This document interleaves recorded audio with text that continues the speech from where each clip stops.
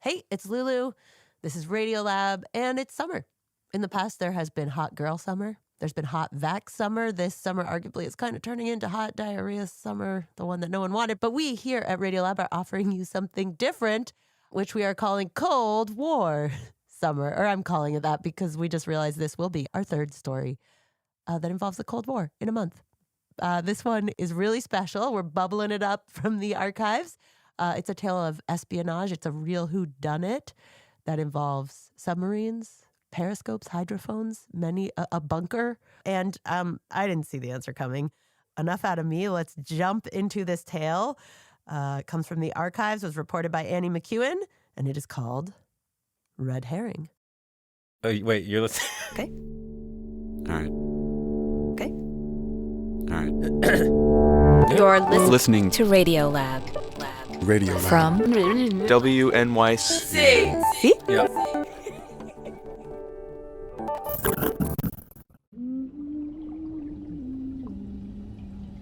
Hello, I'm Lulu Miller. This is Radiolab, and today, boom, boom. Oh, hello. Hi. A story from producer Annie McEwen from her bathroom. I'm actually straddling the bathtub here, so good thing I did Perfect. yoga last night. I do think our thing is like underwater mysteries from the 90s. Yes. Okay, so today I have a story. It's like a Tom Clancy international underwater spy thriller with a little spicy science thrown in.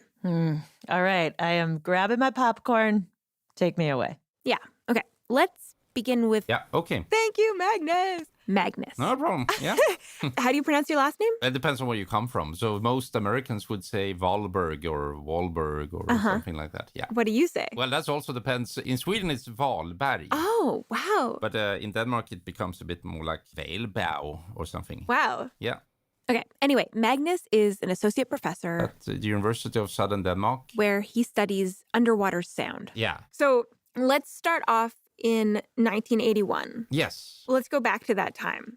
Yeah, so that's just a how old defining were year. You? How old Yeah, were so you then? I was 13 years old. 13. And I was living in Stockholm, the capital of Sweden. Okay. And it was an extremely tense period. Because in Stockholm, You know, we have the Baltic Sea right in front of us. there was only about 140 miles of water separating Sweden from...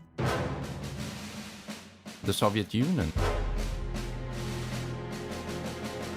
And Magnus said to him and a lot of other Swedes, there was just this fear of what was on the other side of the water. I remember this still in the school. You know, you had a map, you could see all the details of the Western Europe. Small towns, all these roads, the colors of different countries. And then across the Baltic, it was just white. There was just nothing. And that was Soviet Union. We didn't really know even what was there. Just this mysterious nothingness. Yeah, and not very far away. Now, Magnus says it's important to know, And Sweden was this kind of island politically because Sweden was neutral. but because of a lot of this mystery, a fear of communism, there was always this sense that one of their greatest threats was the Soviet Union. We heard about it all the time. We were even practicing a little bit in school. And we were really living in a time when we were worrying about a nuclear war almost daily. So, 1981, the defining year, it's late October. Sort of when it gets really dark here, you know, and cold and damp. It's about 4 a.m, pitch black. A fisherman leaves his home, gets in his boat, and heads off to check his nets. Sweden has this super long coastline that's filled with these really complex inlets. Full of islands. There are rocks, like granite islands everywhere. And just as the sun is starting to come up, this fisherman makes his way into one of these rocky inlets. And all of a sudden, out of the darkness, looming up out of the water right in front of them, There is this big Russian sub standing there. it's huge. It's like this long, almost dark bullet in the water. And it is towering out of the sea. Just sitting there. It's insane. What was it doing there? Exactly. What was it doing there? So, The fisherman called the Navy. and we all woke up to the news. Soviet submarine beached on Sweden's shores. It's a huge story, like all the papers write about it. And everyone is like, what on earth is going on? So the military comes down in their helicopters circling overhead, many, many boats. But at this time, Sweden was, people would also say we were incredibly naive because we didn't have any wars for, the last war was like 18. It was like Napoleon Wars. We didn't really were involved in anything. So Magnus said the military sent some guys out to the submarine. And, we kind of knocked on the door of the sub and said... they knocked on the side of the sub? Yeah, I don't know if they knocked, but, they kind of asked kindly, can we come in and have a look? And they said, no, of course not.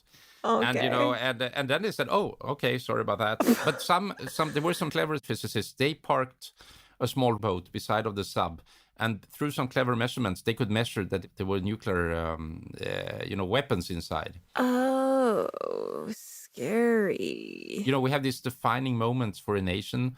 In the States, you have like the Kennedy murder, the 9/11, and, and this is one of those for Swedes. And people started immediately to say, hey, this is war, like we are in war. And eventually, because again, maybe we were too soft. What happened is that the commander of the Soviet sub told the Swedish military that all of their navigation instruments on board had malfunctioned all at once. Sort of, sorry, we navigated wrongly. We lost our way, we ran ashore, like we made a mistake. Yeah. So the Swedish military sent a bunch of ships out to the sub, pulled it off the bottom, and they, returned it to international waters, and it left. Okay. And for a 13-year-old Magnus... It was super weird because you could see that adults and the politicians, everyone were completely, taken with their pants down, right? It was like, what? Like, no one could, of course, explain this. So the Navy, of course, they got a lot of money, so they became more vigilant. They had to now start to see if they could, could they protect the Swedish coasts? And, it's not an easy thing to do. It's a huge coastline, over 1,000 miles. So how do you, patrol that? And an obvious way to do that is with sound. Forget ships and sonar. Sounds propagate very well underwater. We're just going to listen for the subs. Yeah. Does that mean they hung hydrophones on buoys out in the water all along the coast? Just a whole bunch of them? Well, not everywhere, of course. But they started to listen into this more carefully after this. All the politicians promised us that now we have bought all these gears and now we are ready to tackle this problem and, no problem. And, then we went into sleep again. And then in October 82, we had the next wake-up call. This time in this big harbor. Very close to Stockholm. Right outside of a Swedish naval base. People started to see periscopes. One after another, after another, after another. Popping up out of the water. And the Swedish military was like... We have detected them, and we have them. So this time, the Swedes send in a bunch of ships. With nets? These big metal nets that they use to block the exits of the harbor, so there's no way a big sub can get out. And then they send in a bunch of helicopters that have hydrophones, and they dip those hydrophones into the water, and they start listening for submarines. And before long, one of those hydrophones would pick up the unmistakable sound of a Soviet sub. And what does that sound like? I'm going to get to that, but what happened is when the Swedes heard this sound, they would drop a bomb from the helicopter that would hit the water, sink down to a predetermined depth, and then... big explosion. Okay. And the helicopters and the ships, they would just wait to see if the explosion would damage or scare one of these Soviet subs up to the surface. And so they waited and waited, and nothing. No Soviet sub emerged, not even a piece of one. And the Swedish military kept this up for a month, chasing down subs they hear, dropping bombs, and by the end of the month, nothing comes of it. They don't capture a single submarine. What? I know, isn't that crazy? Did they somehow get out of the barricade? They don't know. I mean, I guess They could even be down there today. They could have hurt the sub fell, the sub, filled with water. Like they could be down at the bottom of the harbor. I guess this is just a huge harbor, and they just couldn't really find any evidence of any Soviet sub. Yeah, it just ended in nothing. And then things started to get more and more bizarre. So through the 1980s, every half a year, every year, we would have these submarine chases. All of a sudden, somewhere on the coast, the military would give an alarm. Oh, there is a sub. And then you would have these helicopters, bombs, nothing.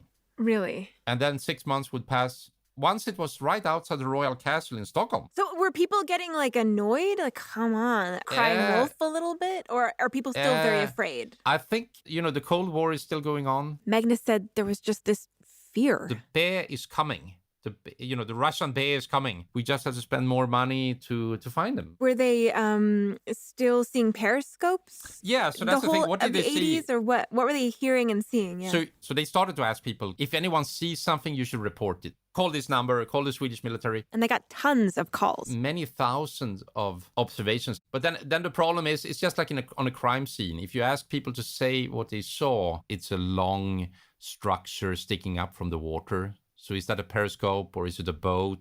Could be a small whale. It could be a sub, but who knows? So what the Swedish military did is they came up with this ranking system for observations. On one end, you had rank 6. 6 is, we cannot tell. No one knows.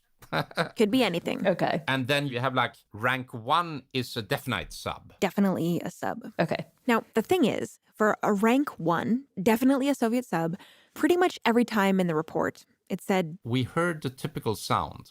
The typical sound? We heard a typical sound. What is a typical sound? So when the typical sound is basically when the Swedes were sure that they were encountering a Soviet sub, those hydrophones in the water would always pick up this particular sound. It was called the typical sound because it was believed to be the sound that, just like a typical Soviet sub would make. Huh. And so anytime the Swedish military encountered that sound... It was automatically giving a 1. It meant that encounter was 100% a sub. And then go. And do we know what that sounds like? Well, not yet, because it's classified. Yeah. No one could listen to this sound, and no one could knew what it was. But all the hydrophones were picking up this They were picking up the sound. typical sound. For years, Yeah. the Swedish military kept hearing the secret Soviet sub sound in their waters. So then the strange thing happens, right? In 1989, everything is changing. Thousands and thousands of West Germans come to make the point that the wall has suddenly become irrelevant. The Iron Curtain falls, the Berlin Wall falls. Everything opened up, and all of a sudden, over one night, basically, the world changed for us. Changes were just sweeping across this continent. It's something unreal for me. All these places that had been almost impossible to go to were all open. It's as if that white blank space on the map was starting to actually get some color and shapes and names. But while all of this is going on, something very weird is happening. Because the Swedish military is continuing to report hearing the sounds of Russian submarines invading their waters. 20, 30 incidents every year. And Magnus said by 1994... At that time, we had the Prime Minister, Carl Bildt, and he got so upset about this. He wrote a very angry letter to Boris Yeltsin saying, now you really have to stop. Now you have created your own country, and the first thing you do is to try to occupy Sweden. We're sick of this. Stop. But Boris Yeltsin's like, I don't know what you're talking about. Yeltsin said, well, we are, of course, not there. You can see all our subs are on land. What are you talking about? You're crazy. He denies everything. So as this whole mystery is unfolding, Magnus is watching from the sidelines. And by 1996... At that time, I was a university student. He's studying underwater biological sounds. Oh. And I got a job in the fishery department because my mentor, he was he was called Håkan Westerberg. He still is. He's still around. Yeah, let's hope so. That's Håkan. Retired oceanographer and fisheries biologist. I started with telemetry, acoustic tracking in the 70s. And he was one of the few in Sweden who really was an authority on underwater biological sounds. And one day, Magnus is standing in Håkan's office I was quite fresh on my job. when the phone on Håkan's desk rings. He was not there, and I just took his phone, and they were You just answered the phone on his desk? yeah. But we had a very collegial relationship. Yeah. And on the other end of the line, it's the Royal Swedish Navy calling. They said they wanted to talk to my boss, of course, but then because he wasn't there, they started to talk to me, and they said, well, they are forming this committee. This top secret government investigation. And they would like me and my boss to be part of that. So they say yes. There's a background check. Yeah, and cleared by the secret police. They were very secretive. And then he and Håkan are on a train to Stockholm. To this huge naval base. It's just like in a James Bond movie. You have a whole submarine base inside the rocks. Wait, what? So you can sort of open the rocks and you go in there with your boats. What? And you can have How do you open the rock? boats inside. Yeah, I don't know. You have some big, rock door locks or something like that. Yeah, something like that. What? So we went in there, and So Magnus and Håkan, who are not totally sure why they're there, are winding their way through this military base. Long tunnels. 2 Navy captains were our liaisons. Yeah. And eventually, You come into this meeting room with all these electronic, gadgets. A lot of recording equipment. They have a world map, and they can follow the whole world from in there. kind of like mission control at NASA. It was super exciting. Finally, they take their seats at a long table. And sitting there around the table are a bunch of other academic types like them. But there were also some very high-ranked military people. So it was really like a wow moment for me. And we were sitting down there, and then they said, well, ladies and gentlemen, you are the first civil people who will listen to this sound. The typical sound. This famous sound. And So now we will actually play the typical sound for you. So it's been top secret Yeah. for the last... 15 years. For 15 years. Yeah, no one outside the military was able or allowed to listen to it. Wow. So were you excited? Extremely, of course. This was like, wow. Now, what Magnus said he expected to hear was something like, Bing, bing. what he'd heard in the movies. These movies when they sit around Oh, the yeah. sub. And so I was thinking, it must be something like that, right? But then one of the Navy officers turns to a tape recorder and hits play.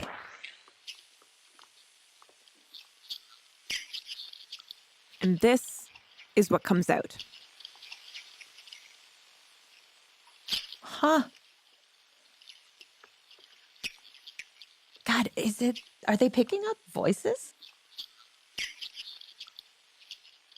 Or like radio static?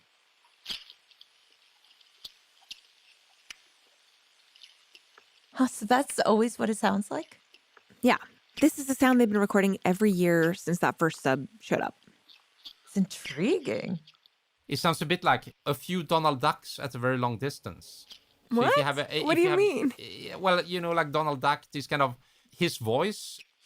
If you imagine you had like 10 Donald Ducks and they would be maybe like 100 meters away or so, I think it would be something like that. And it also sounds a bit like an old shoe that kind of gets like Oh, yeah. It has this kind of squeaky part to it. And then we are sitting there with all these generals, and they are playing this sound. Did you look around the room at the table of scientists and military You have people? all And you guys... Well, everyone is sitting there, and all these professors, they were kind of stiff upper lip, so they were just sitting there and listening kind of carefully. But my boss, he's a very relaxed guy, I think we looked at each other with a very confused gaze. But we were kind of keeping a stiff face also. Oh, We were yeah. just sitting Cool, there cool. looking, Gotta play it cool. Yeah. Yeah, exactly, yeah. So after they played the sound, the naval officers turn to the scientists and say basically, okay, now that you've heard the typical sound, we'd like each of you to try to figure out who or what is making it. To get to the bottom of what this typical sound was about. And even in that moment, sitting at the table, Håkan and Magnus turn to each other, and they don't say anything, but they're both thinking, What? This is very strange. This is definitely not the sub. Don't. After the break, Magnus and Håkan follow their intuition deep into a cloud of mystery. And they get to the bottom of it. Oh, they get right up close to the bottom of the mystery. Radiolab will be back in just a second. Stay with us.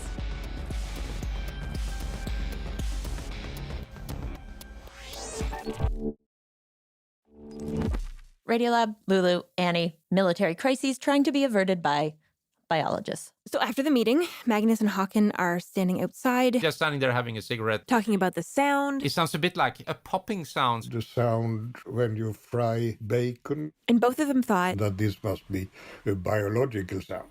but what? And then I remember saying to Håkan, air bubbles. This sounds like air bubbles. If you think of a scuba diver who gets a hole pinched in his His in pipes. one of his pipes, God forbid, like an air bubble stream coming out of a hose. It sounds a bit like that. So their question is like, which animal releases air under the water? And we had kind of this hunch. Yeah. Now, incredibly, you can actually find this hunch in New York City. But it helps to have a car. And a friend. So I called up producer Matt Kilty, who's a friend with a car. You have a bucket. And I also brought a large bucket. What a ridiculous bucket. Okay, so Okay. I only told Matt we were driving to the Hudson River. That was it. Okay, so we're taking the bridge. We drove through Brooklyn, over the Manhattan Bridge, Okay, so now that we've... Is there a cup? Is this the cup holder? It's my one cup holder. drove up Manhattan, up to the riverfront, We can sneak. and look for parking No, there's a fire hydrant right there. for a while, What if I could park? a long while. It's a red light. How many fire hydrants do you need on one block? Matt, it's a red light. Oh my god, that's a spot. We're on Riverside. We're on That's Riverside Drive. Okay, let's go We'll just up park it. here. There's no parking anytime. This is not gonna work. Well, how long are we gonna be here? I don't know. We need to wander around a bit. I don't even know what we're doing. We need. I'm looking for parking. Okay. What are you? Can you just? What are you looking for? What was a hunch? Yes. Okay, so we got down to like the rocky shoreline of the Hudson River There is a piece of a dead fish. That might be a whole fish. where we found it. Herring. Harry. A herring fish. I think that evening we were like, let's try herring. Oh my gosh, can we get down there? So, for reasons that will become clear very soon, I tried to buy herring, but you can't buy fresh herring in New York City in December. And so I dragged Matt out to the Hudson River because I had read in an article that herring fish have been washing up dead on the shores of the Hudson. And nobody really knows why. It could be pollution, it could be water temperature, but still unclear exactly why that happened. But And you know what you're looking for? Like, what exactly does a herring look like? oh, okay, yeah. How so am I gonna pick it up? That is the question. I picked up this dead one we I found. guess I'll just put my hands around it.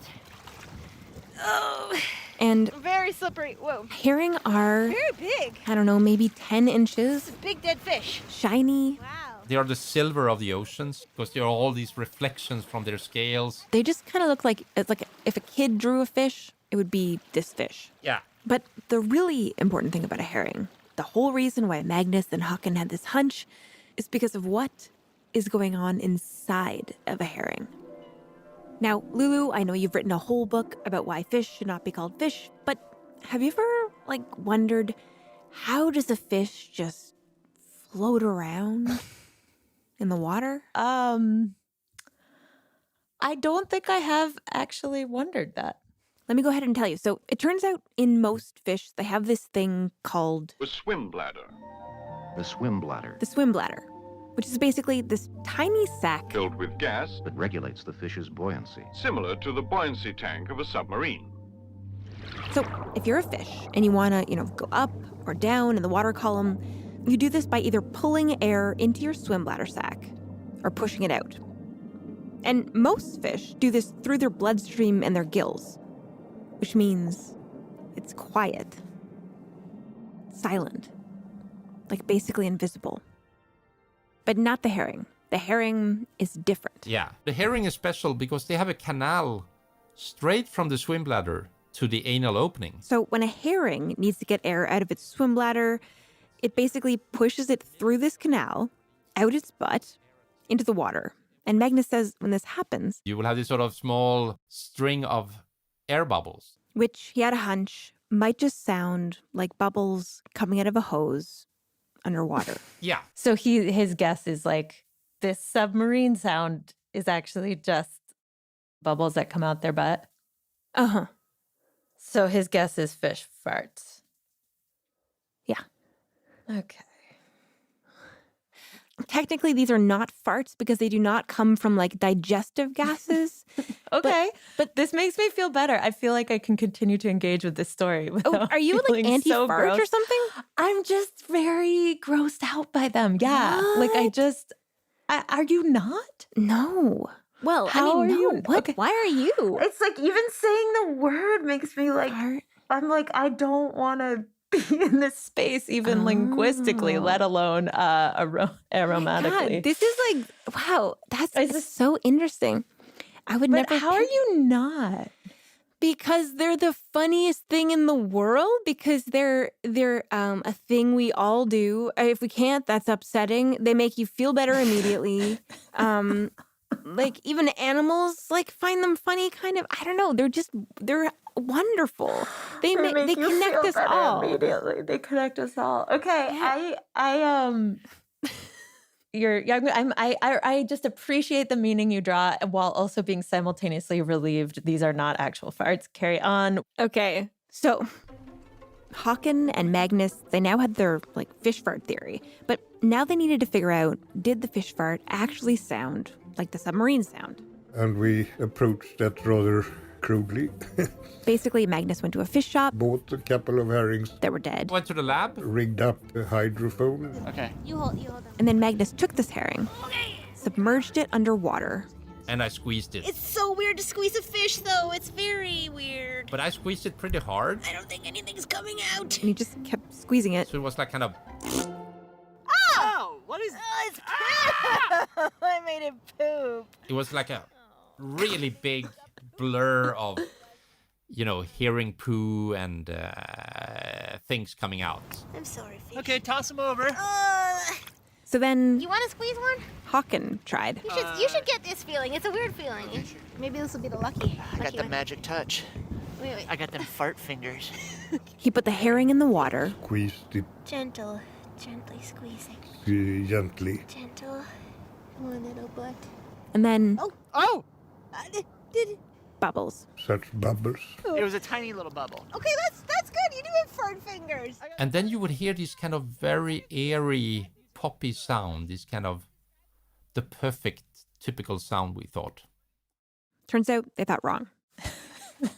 Because when they look at the recording of the fish fart compared to the recording of the sub sound, they don't really match. Absolutely not. This is just becoming very depressing. But I mean, this is a dead fish in an aquarium. So then they went out into a bay with this little tube. Connected to a vacuum pump. Oh no. Managed to get a wild herring in there, got it to fart. Yeah. That sound didn't match. No. But then they had this thought. We need to get more realistic here. We need to get out into the wild. Because herring aren't solo fish. They travel together in schools. These schools can be huge, like a square kilometer. Like sometimes we're talking billions of fish all traveling together. And so they thought, if we're right about this, the sound we're looking for isn't the sound of one fish farting. It's the sound of a lot of fish farting. Ew. Like a lot. Yes. And, we were working for the fishery science in Sweden, so we knew a lot of fishermen, and they would tell us when herring goes into a net, they get stressed and the net starts boiling, they said. Whoa. So Magnus follows this clue onto a boat and out to a fishing trap. Beneath him, in the shadow of the boat, he could see thousands of herring just swimming around down there. I put the hydrophone in the water.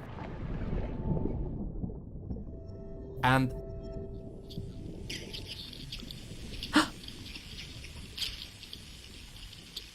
victory. The typical sound. Yeah. Yeah. The whole box was just singing of these sounds. It was just incredible. It was just this cacophony of herring. Wow. Their findings were harder for some members of the Navy than others to accept. I mean, there were people that their whole career was chasing submarines. But finally, in 1999, it became official. The typical sound that had haunted the Swedish Navy for over a decade was not made by Soviet submarines. Instead, for over a decade, the Swedish Navy had been straining their ears to hear the sound of thousands and thousands and thousands and thousands of herring all farting Oh my God. together. Okay. So that was the end of the typical sound.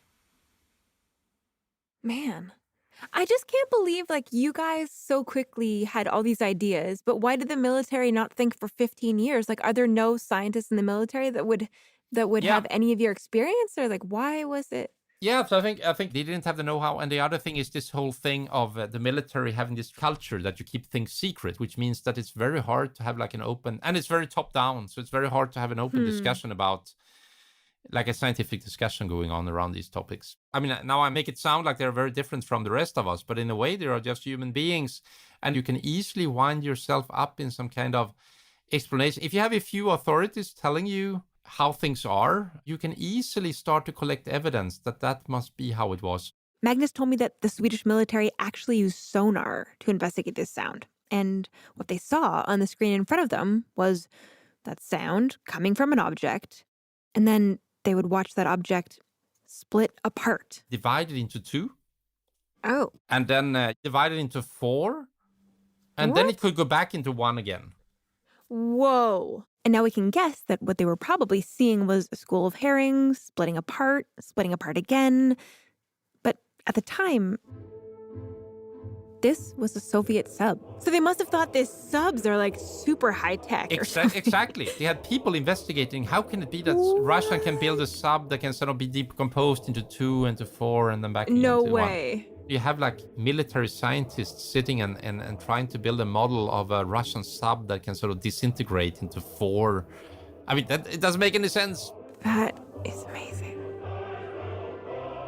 I think this is something to look after also in our times, that you can always laugh at it and say how wrong they were, but I wonder what people will think about us in 20 years. Oh, totally. So, I think about that all the time. Yeah. Like, what is the fish fart of today? Exactly.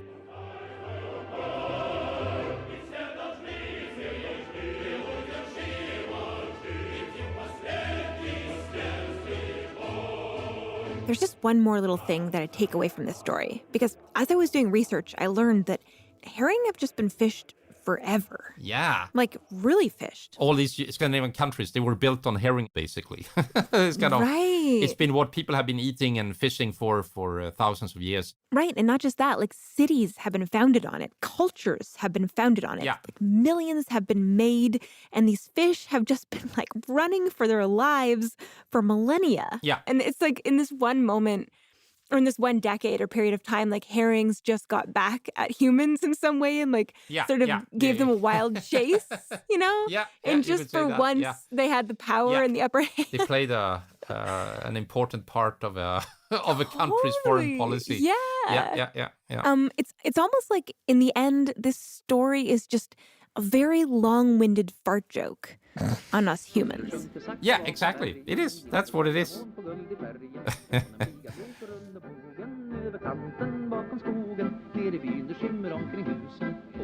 Winded.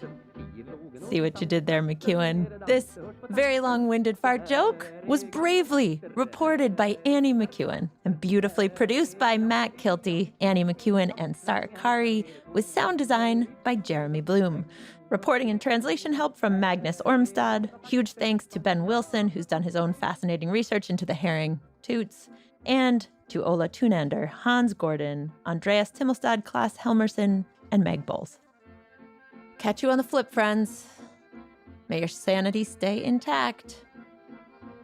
And your wind broken.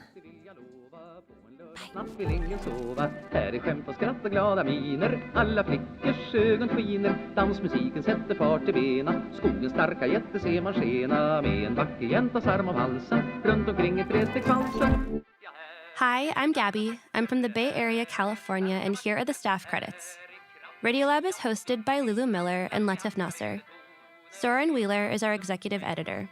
Sarah Sandbach is our executive director. Our managing editor is Pat Walters. Dylan Keefe is our director of sound design.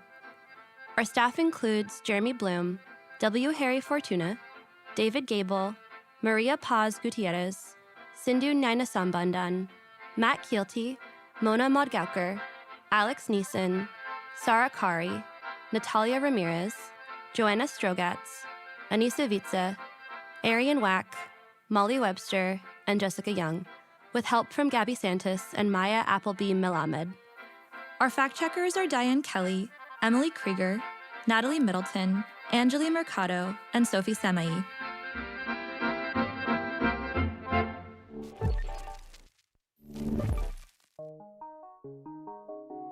Leadership support for Radiolab's science programming is provided by the Simons Foundation and the John Templeton Foundation.